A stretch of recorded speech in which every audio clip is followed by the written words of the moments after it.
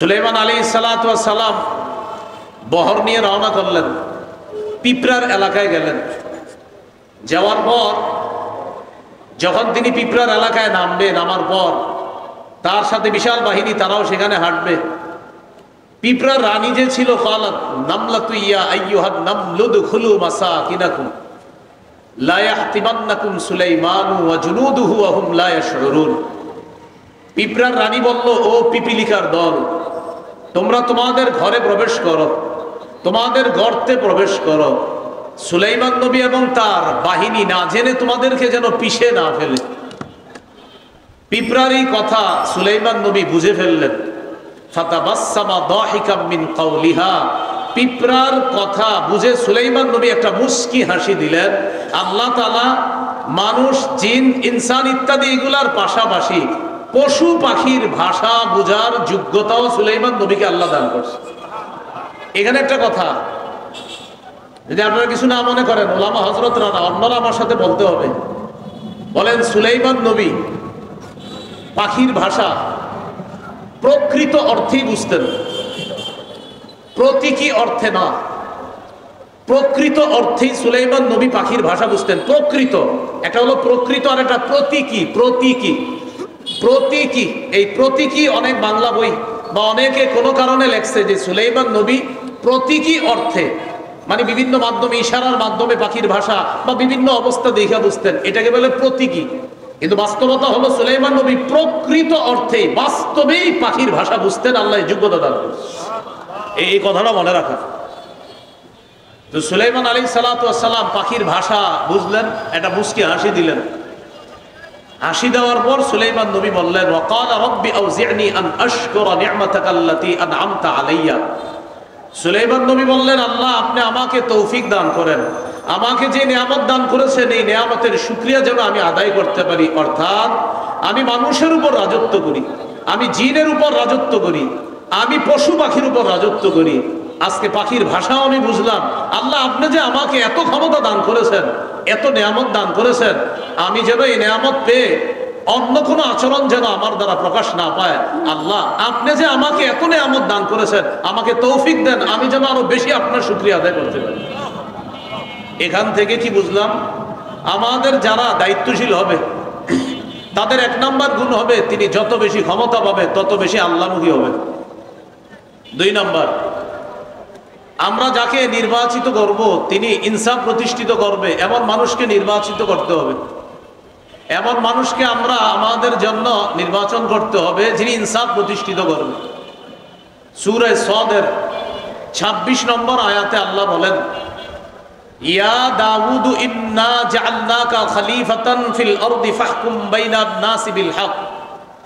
হে দাউদ, আমি আপনাকে দুনিয়াতে প্রতিনিধি বানাইলাম। ফাহকুম বাইনান নাসি বিল হক, মানুষের মাঝে ইনসাফের সাথে আপনি বিচার করেন।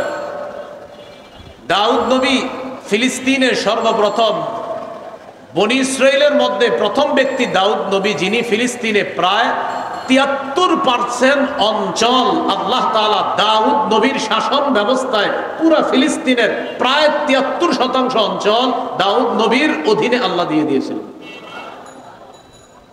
মনে রাখা ভালো, ইহুদিরা ফিলিস্তিন শাসন করেছে প্রায় ৪৩৮ বছর। এই ৪৩৮ বছরের মধ্যে ইমানি শাসন হলো ৮০ বছর।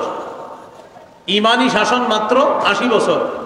এই ৮০ বছরের মধ্যে ৪০ বছর হলেন দাউদ নবী শাসক, আর ৪০ বছর সুলাইমান নবী। অর্থাৎ বাবা দাউদ নবী ৪০ বছর শাসক ছিলেন ফিলিস্তিনের, আর সুলাইমান নবী ছিলেন ৪০। এই ৪০ দুগুণে ৮০। মনে রাখবো, আমরা বনি ইসরাইল জাতি ফিলিস্তিন শাসন করছে প্রায় ৪৩৮। এর মধ্যে ইমানি শাসন ছিল মাত্র ৮০ বছর। এই ৮০ বছর হলো দাউদ নবীর ৪০ বছর আর সুলাইমান নবীর ৪০ বছর। দোনো নবীর ব্যাপারে আল্লাহ সূরা নাবলের ১৫ নম্বর আয়াতে বলেন, ওয়াকালাল হামদুলিল্লাহিল্লাযী ফাদ্দালানা আলা কাসীরিম মিন ইবাদিহিল মুমিনিন।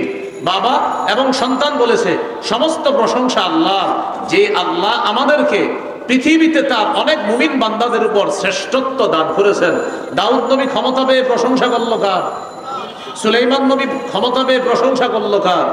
তো দাউদ নবীকে আল্লাহ বলছেন, দাউদ ফাহকুম বাইনান নাসি বিল হক, আপনি মানুষের মাঝে ইনসাফের সাথে ফয়সালা করবেন, বিচার করবেন।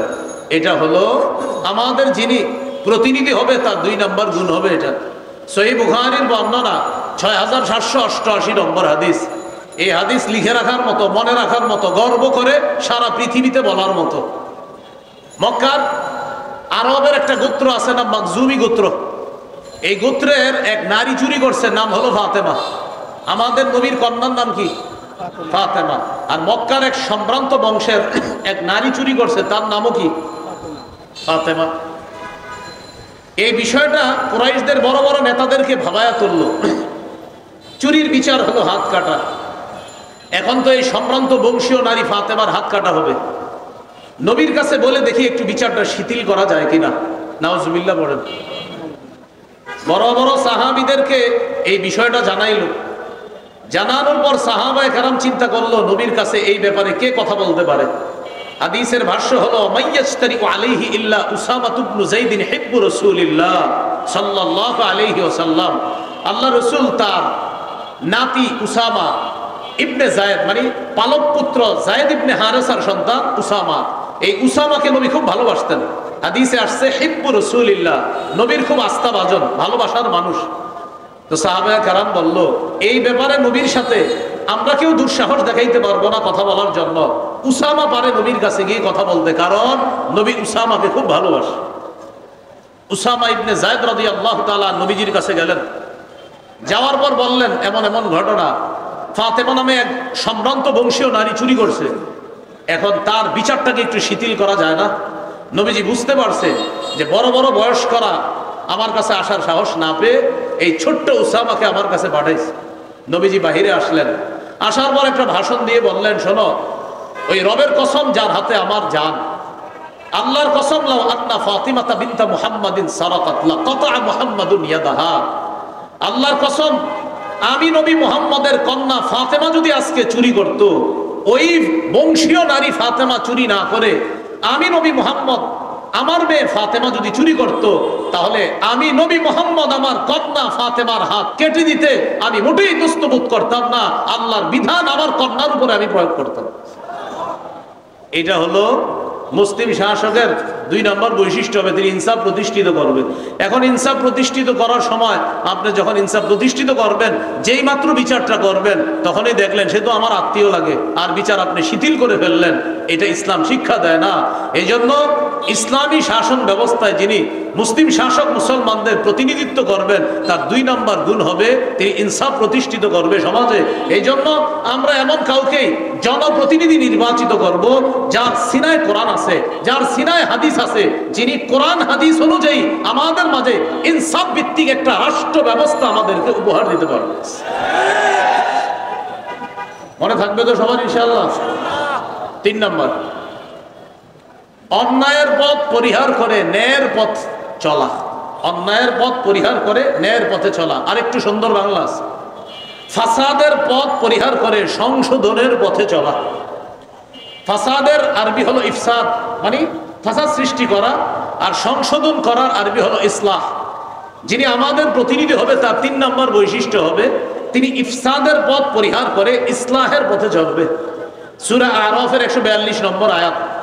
মুসা আলাইহিস সালাতু ওয়াস সালামকে আল্লাহ ডাকলেন তাওরাত কিতাব দেওয়ার জন্য। মুসা নবী যখন তাওরাত কিতাব আনতে গেলেন, তার ভাই হারুন নবীকে তিনি তার প্রতিনিধি বানিয়ে গেলেন। ওয়াকালা মুসা লিআখিহি হারুন আখলুফনি ফি কওমি ওয়া আসলিহ ওয়া লা তাত্তাবি' সাবিলাল মুফসিদিন।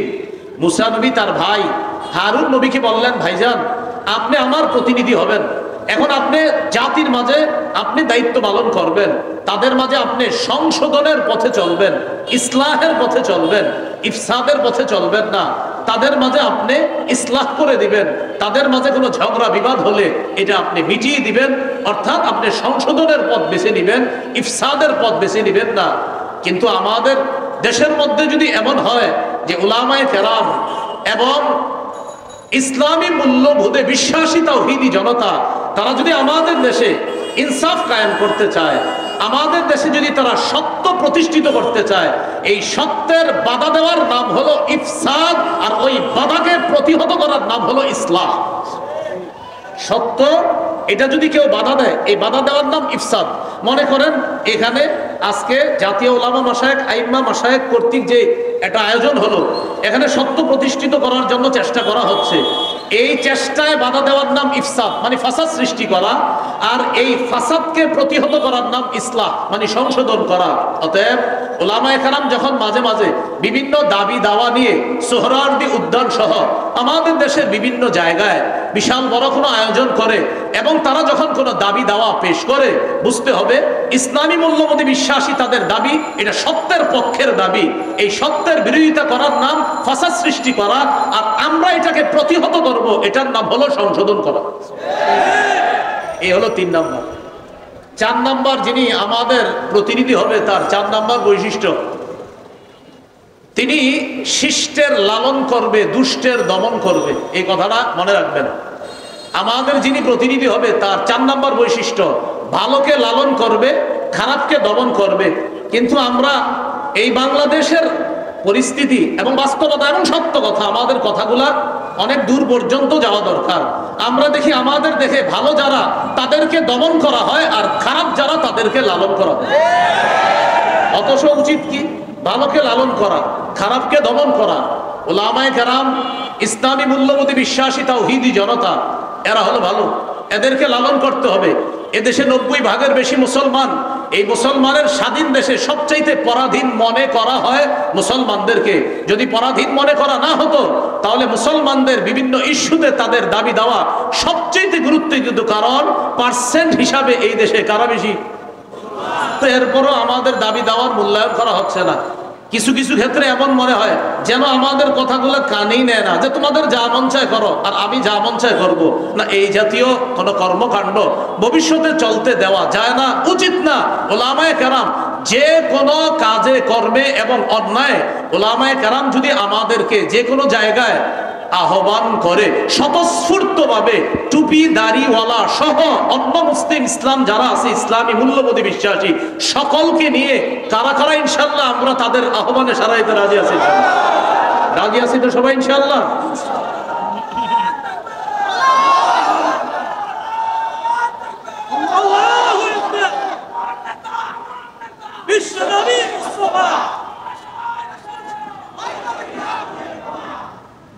চার নাম্বার বৈশিষ্ট্য, শিষ্টের লালন, দুষ্টের দমন। আয়াতগুলা বলছি না, আমি শুধু নাম্বারটা বলে দেই। সূরা কাহফ 83 থেকে 91 নম্বর আয়াত পর্যন্ত যুলকরনাইন বাদশার একটা ঐতিহাসিক সফর সম্পর্কে আল্লাহ আলোচনা করেছে। সেটা হলো পৃথিবীর একদম পশ্চিম প্রান্তে তিনি একটা সফর করছেন, যেখানে সূর্য অস্ত যায়। সেখানে গিয়ে দেখলেন এক জাতি, এই জাতি আল্লাহ বিশ্বাস করে না, তারা জুলুম করে। আল্লাহ তাদের ব্যাপারে যুলকরনাইন বাদশাকে বললেন, তাদের উপরেও আপনার ক্ষমতা আমি প্রতিষ্ঠিত করলাম। এখন তাদের ব্যাপারে আপনাকে 2টা অপশন দিলাম, ইম্মা আন তাত্তাখিযা ফীহিম হুসনা, ইম্মা আন তুআযযিবা ওয়া ইম্মা আন তাত্তাখিযা ফীহিম হুসনা। হয়তো তাদেরকে শাস্তি দিবেন, না হয় তাদের ব্যাপারে আপনি ভালো কোনো পন্থা অবলম্বন করবেন। যুলকরনাইন জবাব দিলেন, আল্লাহ আমি তাদের ব্যাপারে 2টার যে কোনো একটা গ্রহণ করব। আম্মা মান যালামা ফাসাউফা নুআযযিবহু, যারা জুলুম করবে আমি দাওয়াত দেওয়ার পরেও আমি তাদেরকে শাস্তি দিব। ওয়া আম্মা মান আমানা ওয়া আমিলা সালিহা ফালাহু জাযাআনিল হুসনা, আর যারা ভালো করবে তাদের জন্য উত্তম প্রতিদান রয়েছে। দেখেন বিষয়টা, যুলকরনাইন বললেন, আল্লাহ তাদের ব্যাপারে আমার 2টা ফয়সালা, যারা জালেম হবে তাদেরকে আমি দমন করব, আর যারা আমার কথা শুনে ভালো করবে তাদেরকে আমি লালন করব, তাদের সাথে উত্তম ব্যবহার করব। তাহলে 4 নাম্বার শিখলাম, আমাদের প্রতিনিধি যিনি হবেন তিনি শিষ্টের লালন, ভালোকে লালন করবে, দুষ্টকে দমন করবে। মুসলিম শাসক বা আমাদের প্রতিনিধি যিনি হবেন তার 5 নম্বর বৈশিষ্ট্য, আমরা যাকে বানাবো তিনি কি হবেন? জনগণের জন্য অকাতরে বিলিয়ে দেওয়ার যোগ্যতা থাকবে। বলেন তো কি থাকবে? জনগণের জন্য অকাতরে বিলিয়ে দিতে হবে, এটা 5 নাম্বার বৈশিষ্ট্য। যুলকরনাইন বাদশা সম্পর্কে আল্লাহ তাআলা বলেছেন সূরা কাহফের 91 থেকে 93 থেকে 97 নম্বর আয়াত পর্যন্ত আল্লাহ বলেছেন যুলকরনাইন বাদশার আরেকটা সফর সম্পর্কে আল্লাহ তাআলা আলোচনা করেছেন। সেই সফরটা হলো উনি পৃথিবীর উত্তর দিকে সফর করেছেন। এটা কিন্তু আল্লাহ কোরআনে বলে নাই উত্তর, আল্লাহ দিকের কথা বলছে 2টা, একটা সফর পূর্ব দিকে আর একটা পশ্চিম দিকে, এই 2টা বলছে। আরেকটা সফরের কথা বলছে আল্লাহ, কিন্তু সফরটা কোন দিকে করছে এটা বলে নাই। তবে মুফাসসিরিনে কেরাম গবেষণা করে বলেন যুলকারনাইনের আরেকটা সফর হয়েছে উত্তর দিকে, রাশিয়ার দিকে। এটা মুফাসসিরিনে কেরামের অভিমত। সেখানে গেলেন, যাওয়ার পর দেখে এক জাতি যারা যুলকারনাইন বাদশার কথা বুঝে না, লা ইয়াকাদুনা ইয়াফকাহুনা কাওলা, ভাষা বুঝে না। তো যুলকারনাইন বাদশা তাদের সাথে কথা বলার জন্য দুভাষী নিযুক্ত করলেন, অথবা তাদের সাথে ইশারায় কথা বললেন। তারা যুলকারনাইনকে বলল, বাদশা আপনার কাছে আমাদের একটা দাবি আছে। কি দাবি? এই পাহাড়ের পিছনে দুইটা জাতি আছে, একটা ইয়াজুজ আর একটা মাজুজ। এরা রাতের বেলা আমাদের বাড়িতে এসে লুটতরাজ করে, ডাকাতি করে, আমাদের ধন সম্পদ ছিনিয়ে নেয়। আপনি যদি এই দুই পাহাড়ের মাঝখানে ফাঁকা জায়গাটা বন্ধ করে দেন, তাহলে তাদের এই দুর্নীতি থেকে, তাদের এই লুটতরাজ থেকে আমরা বেঁচে যাব। এই কথা বলার পর জাতি বলল, ও বাদশা, প্রয়োজনে যদি কিছু টাকা পয়সা লাগে টাকা পয়সা আমরা দিব। কারা বলল? জাতি বলল বাদশাকে। বাদশা যুলকারনাইন বললেন, আমার টাকা পয়সা লাগবে না, আল্লাহ আমাকে যা দিয়েছে, মা মাক্কান্নি ফিহি খায়র, আল্লাহ আমাকে যে ক্ষমতা দিয়েছে এটা অনেক উত্তম। আইনুনি বিকুওয়া, তোমরা আমাকে একটু সহযোগিতা করবা। এই দেয়াল দেওয়ার জন্য, প্রাচীর নির্মাণ করার জন্য তোমরা আমাকে একটু সহযোগিতা করবা।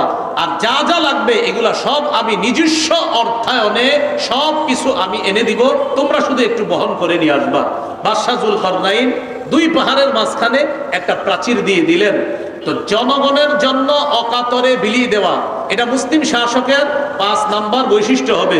বিষয়টি যেন এমন না হয় কথার কথা আপনি লাইনের গ্যাস বন্ধ করে দিলেন, একটা কথার কথা, আমাদের দেশ গ্যাসের গণি না, এখন আপনি লাইনের গ্যাস বন্ধ করে দিয়ে বোতলের গ্যাস চালু করলেন, চালু করার পরে এটার দাম নির্ধারণ করলেন 600 টাকা, কিন্তু বাজারে আসলো 1400-1500 টাকা। এমনি বলতেছি কথার কথা। তো ভাই 1500 কিভাবে হলো? 600 হলো মূল দাম, এরপরে 1 টাকা পায় অমুকে, আরেক টাকা অমুকে, আরেক টাকা তমুকে, এইভাবে অমুকে আর তুমুকে যারা পায় আর যারা নেয়, এই জাতীয় কাউকে যদি আবার প্রতিনিধি নির্বাচন করা হয়, তাহলে রডের পরিবর্তে আবারও বাঁশ পাওয়া যাবে। মাথায় রাখতে হবে, বাস্তব। একটু কথাগুলো বুঝতেছেন তো? জি। তাহলে 5 নাম্বার, জনগণের জন্য অকাতরে বিলিয়ে দিবে, এটা 5 নাম্বার বৈশিষ্ট্য, আমরা যাকে প্রতিনিধি নির্বাচন করব। 6 নাম্বার বৈশিষ্ট্য, প্রতিনিধি যিনি হবে আমাদের, তিনি কিছু করতে পেরে বলবে আলহামদুলিল্লাহ, এটা আমার রবের দয়া, এটা বলবে। যিনি করতে পারবে, বাস, তিনি কোনো অহংকার করবে না। মানে কিছু করার পরে বলবে আমি এই করলাম সেই করলাম, মানে আপনি আপনার বাপের টাকা দিয়ে করছেন তো আমাদের টাকা দিয়ে করছেন, এগুলো বলা যাবে না। যে আমি এত কিছু করছি, এগুলো বলা যাবে না। বলতে হবে আল্লাহ আমারে তৌফিক দিয়েছে তাই আমি করেছি, এটা বলতে হবে। যদি কেউ কিছু করার পর বলে আমি এটা করেছি সেটা করেছি, এই কথাগুলা অহংকার প্রদর্শন প্রকাশ পাবে। আর অহংকার যখন প্রকাশ পাবে তখন পতন এমন ভাবে হবে, যার পতন হবে তিনি নিজেও বুঝবে না কিভাবে পতন হয়ে যাবে। খুব সাবধান, আল্লাহ আমাদেরকে হেফাজত করেন।